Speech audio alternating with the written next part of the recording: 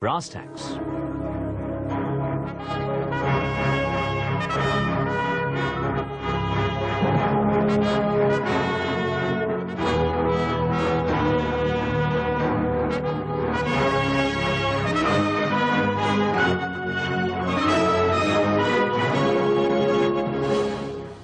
A drug addict takes his first fix of the day. It's a measure of his addiction, his shame perhaps, that he prefers to remain anonymous. But this man is doing nothing illegal. The drug he's taking to overcome depression was prescribed by his doctor. I wish I'd never seen it. I wish I'd never started taking it ever. It's just made your life a misery for me, I think. None of the doctors ever told us that I would get addicted to them. That man was taking lorazepam, better known as Ativan. It's a tranquilizer, prescribed for nervousness, anxiety and depression. Hundreds of thousands of people take it. Many become addicted to it. Brass Tacks has investigated the effect Ativan has had on a number of addicts. And we've discovered that as long ago as last March, the government's Drug Safety Committee was urged to consider phasing it out. Most GPs probably don't know that. You might think that they should. And you might think it odd that a drug prescribed to help people can all too often leave them addicted and then in pain when they try to kick the habit. At the end of tonight's report, I'll be giving the Brass Tacks phone number in the hope that you'll tell us what you think. But first, this report by Zainab Badawi. This picture hanging on public display reflects the private agony of a man's fight against Ativan. Michael Jennings has been addicted to the drug for 8 years and is at last struggling to come off it. At the time I was doing this particular drawing, I was really pretty low with the withdrawal. I just asked the man who popped in that day if he would sit like that. So that's the way I was feeling, more or less. I just tried to get it down. The isolation and the loneliness, pretty hopeless, beaten up. I called it despair. Michael's love of art is the only thing which helps him through the worst of the withdrawal from Ativan. He's been trying to come off the drug for nearly a year. When you're coming off the Ativan, you feel totally isolated. You can't make contact with anybody. Your confidence is totally shattered, you know. Social life doesn't exist. You've got no friends, no girlfriends. You can't hold a conversation at all with anybody, you know. Life's really grim, you know. One time, when I was particularly bad with the whole business, I wanted to die, you know. I was praying for to die. Ativan, which is prescribed on the NHS as lorazepam, is a tranquilizer and is used to treat stress and anxiety. In Britain today, it's thought at least 250,000 people are addicted to it. This woman used Ativan for 10 years. She claims her addiction has cost her her children. This man says addiction to the drug wrecked his career. He's taking legal action against his doctor.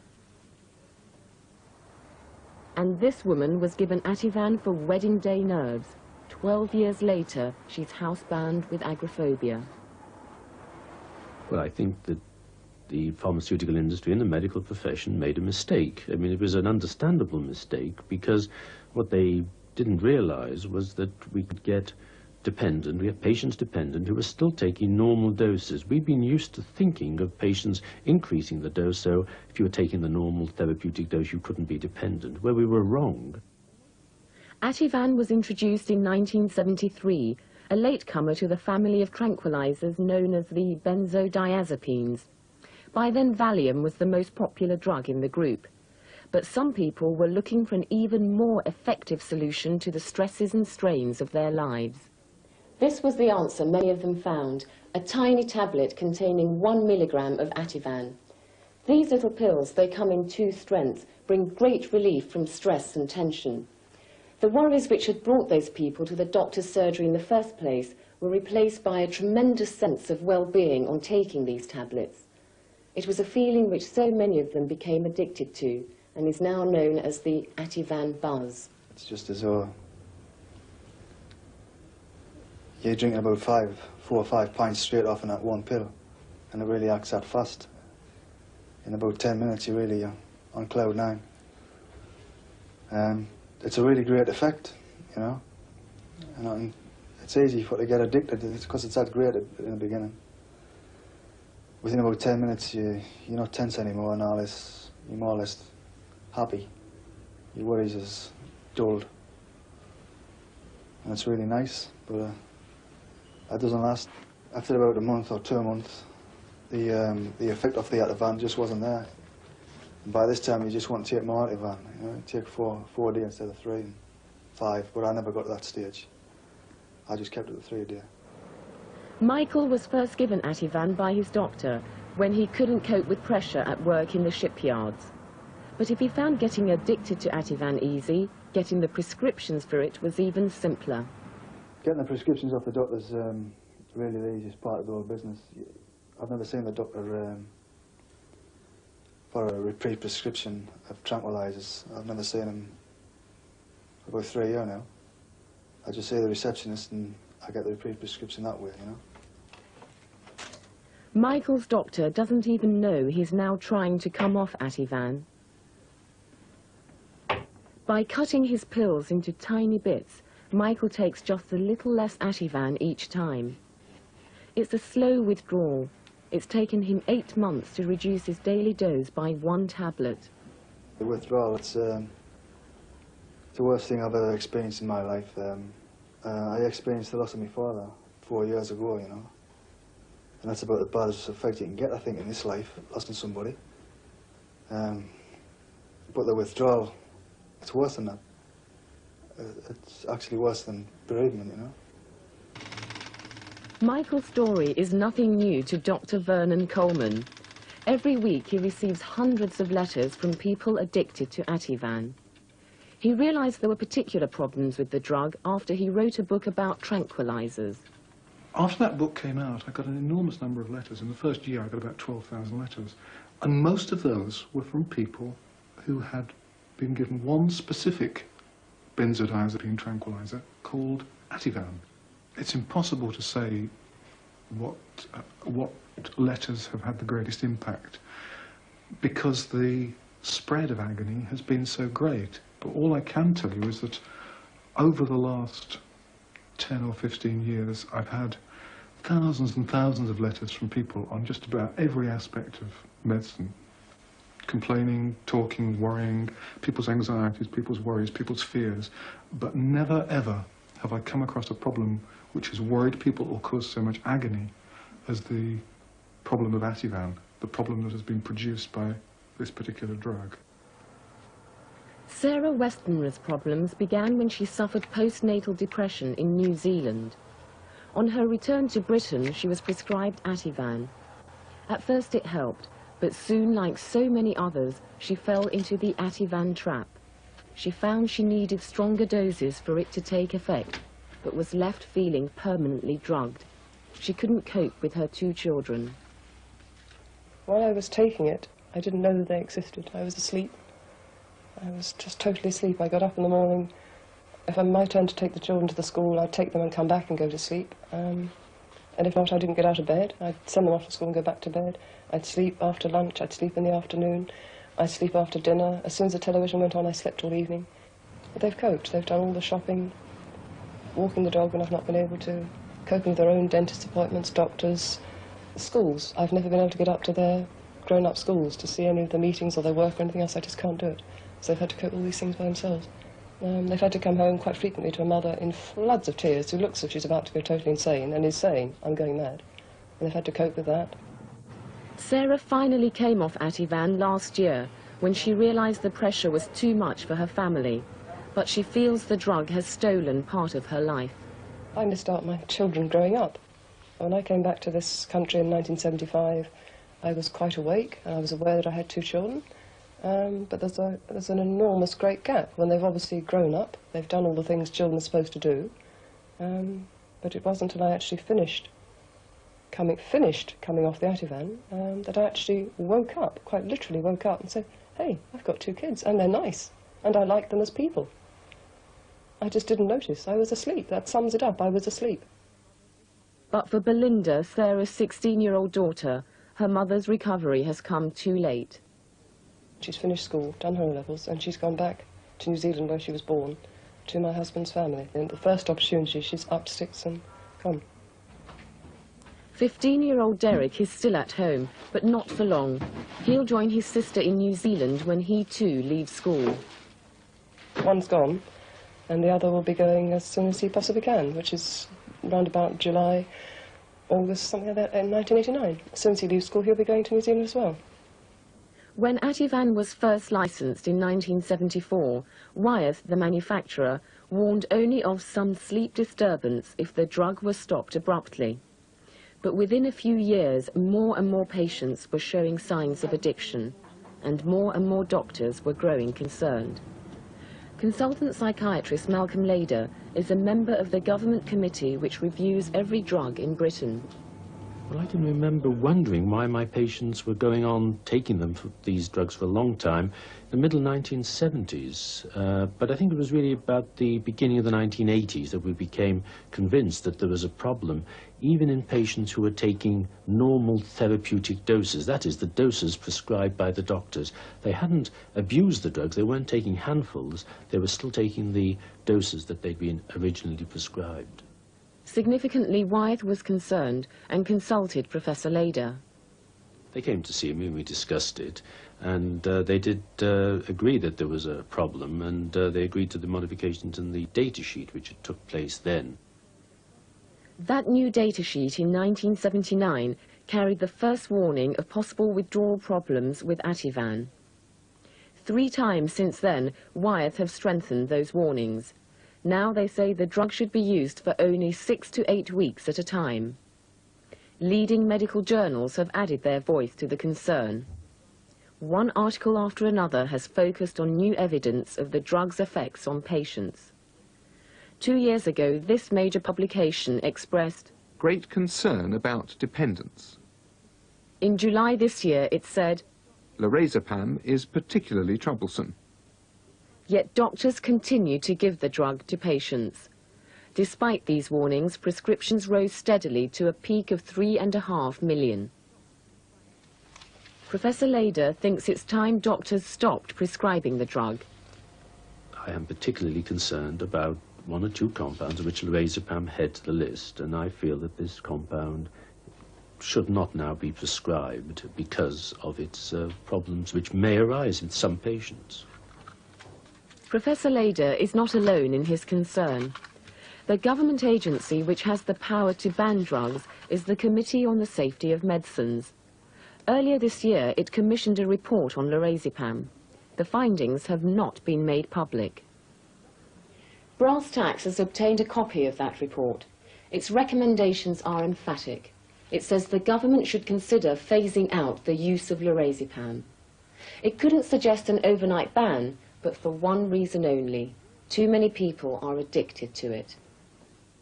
To withdraw the drug at present would cause distress to many patients already taking it, since adequate substitution with other benzodiazepines is not always possible.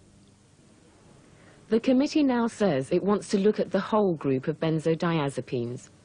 There's no scientific evidence to indicate that one particular tranquilizer is worse than another. So really we have a problem with a class, or a group of medicines, the benzodiazepines. And so the committee is anxious to take steps to solve the problem for the group as a whole. But still, there may not be scientific evidence that lorazepam causes more problems than any of the other tranquilizers of the same group, but the anecdotal evidence seems to be quite overwhelming that there are real problems with lorazepam. There are problems with lorazepam, but there are problems with diazepam, Valium, all the other members of the same class. And to act just against one would actually be wrong, because there is a problem with the whole group in terms of withdrawal. A number of people who consulted suspect there may be problems particular to lorazepam, but they all agree that the problem is with the whole class of tranquilizers, and that there is no real scientific evidence to pick out one particular as a whole. The report was written by Dr. Heather Ashton. She disagrees with the committee. Well, there isn't any definite evidence on this, but certainly from a clinical viewpoint, lorazepam seems to cause more problems than most benzodiazepines. One of them is that it's quite common for patients who've taken it to get a real craving for it. This is probably because it's excreted fairly quickly, and after you've taken the morning dose, patients will say by lunchtime they're beginning to feel the need of the next dose, and they're even looking at their watch to see if it's time for the next tablet. And they get quite severe anxiety symptoms sometimes while they're waiting for the next dose. Another important point is that there's no particular need to prescribe lorazepam. There isn't any one condition or one type of patient that must have this drug, and there are other benzodiazepines which one can use just as well for the same purpose. When somebody comes into my office and says that they've been trying to stop their lorazepam, my heart sinks, because I know I shall have twice as much problem as getting them off, say, Valium. The symptoms are more severe, they're more persistent, they're more bizarre, and people are much more distressed by them than they are with the symptoms, say, coming off Valium. October 1975 was Sheila Whiteman's wedding day at her local parish church in Sunderland, but the bride was high on Ativan. I was prescribed Ativan 12 years ago, 4 days before my wedding, because I had, well, premarital nerves. I was nervous about getting married, the actual ceremony, so my doctor prescribed to give me some tablets for 4 days before the wedding. Had you ever used any form of tranquilizers before? No, never.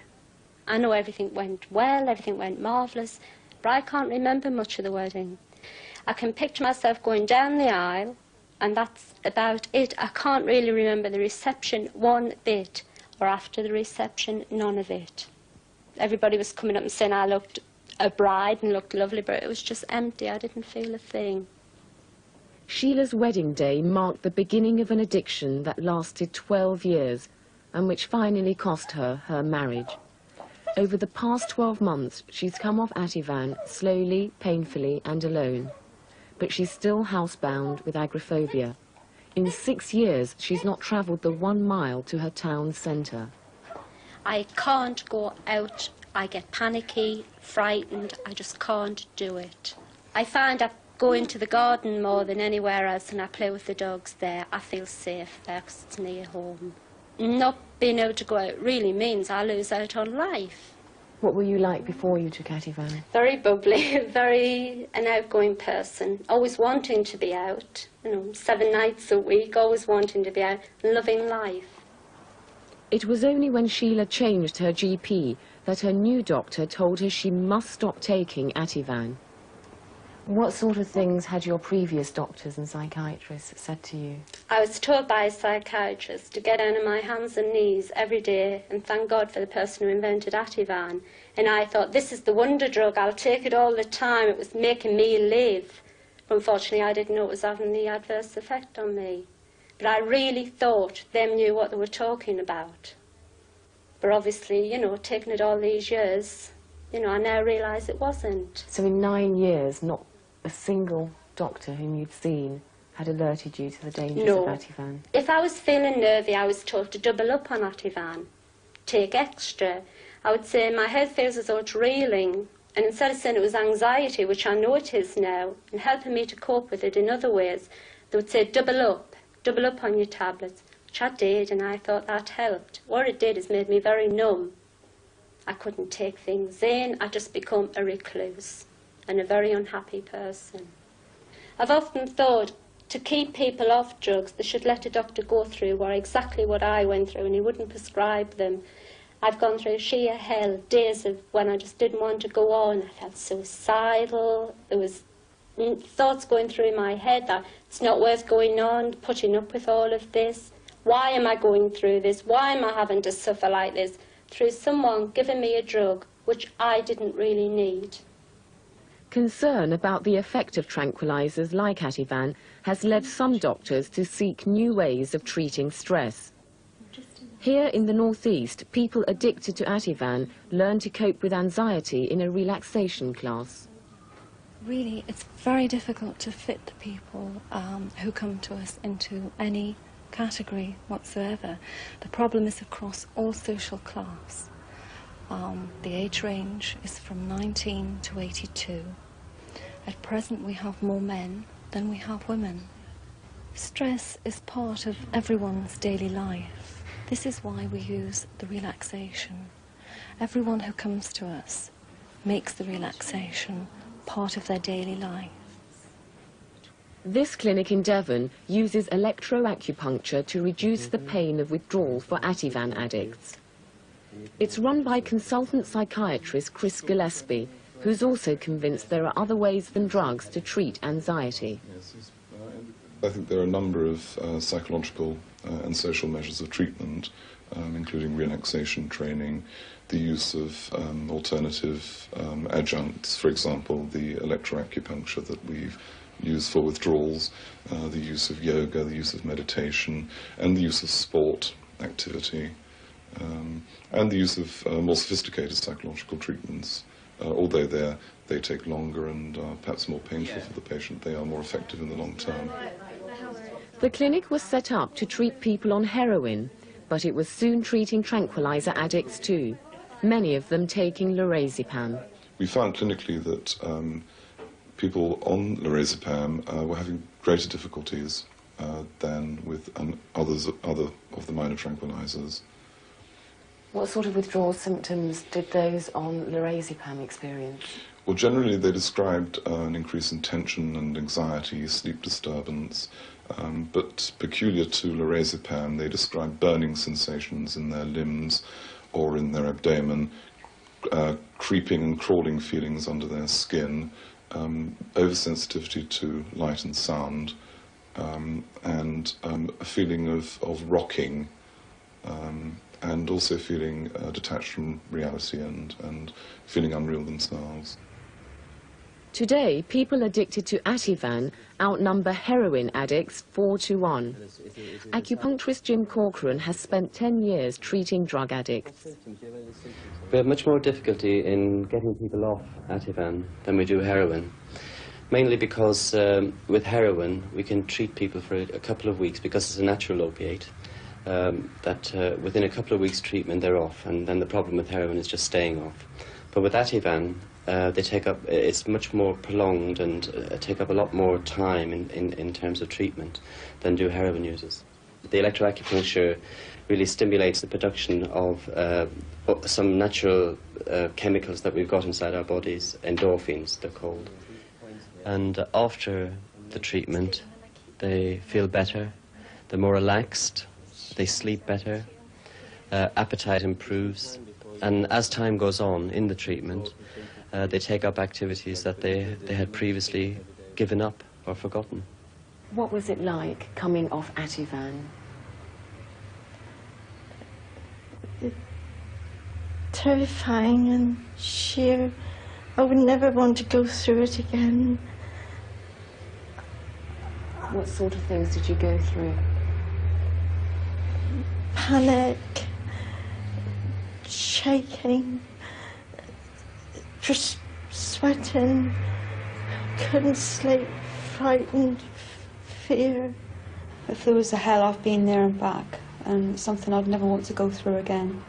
I had horrific withdrawal symptoms, feelings of unreality, didn't know who I was, severe tremor, anxiety, tension, couldn't sleep. There's so many different things I suffered.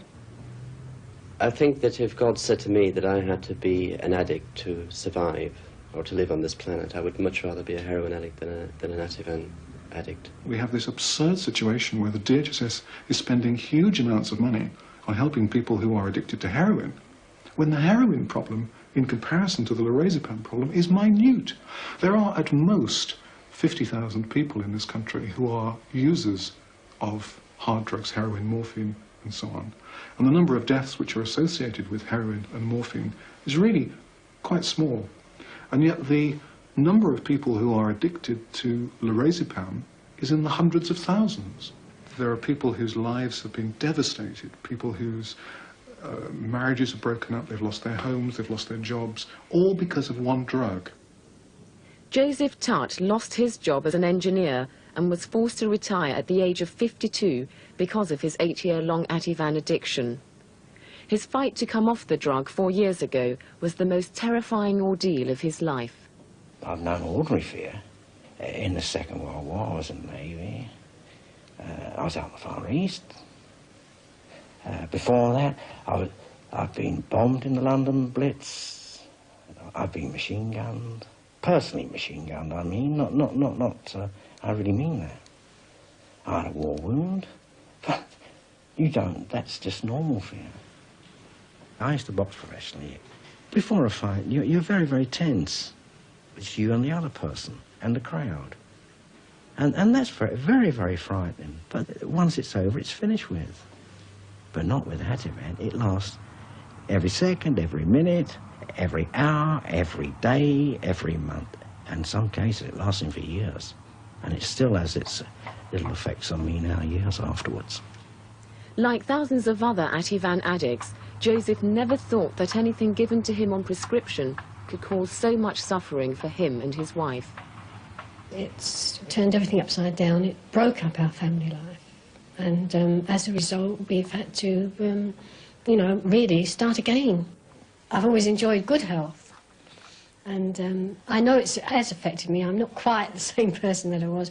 I do now suffer with hypertension because I had a lot of worry because I didn't realise how this thing was going to affect my husband. Joseph Tutt has been advised that he has a case against his doctor. He's now going to sue the GP on legal aid. What do you hope to achieve by taking legal action? Well, it'll highlight this problem. In my case, Ativan, which is a terrible drug. And I hope it will help other people. I never saw a doctor apart from the first time when I went on it before my wedding day. I used to pick my prescription up from the receptionist. In about 6 years, I never saw the doctor at all. I feel incredibly bitter on my own behalf and my family's behalf that I was put through that amount of suffering. Both the wasted years because I was on the drug and the agony, mental and physical, in coming off the drug. I feel nobody has the right to put me through that and tell me, tough, grin and bear it. We can't do anything about it. Nobody has the right to do that to me. But I've never bothered the doctor about withdrawal because the doctor just turns around and says if you're having difficulties with tranquilizers, just take an extra one. Just stick to the Ativan. And if you feel dodgy, just take an extra one. Just to carry on with the Ativan for the rest of life. That's what I said. Perhaps the overriding question raised in tonight's report is whether it's become too easy to get a doctor's prescription for a drug like Ativan.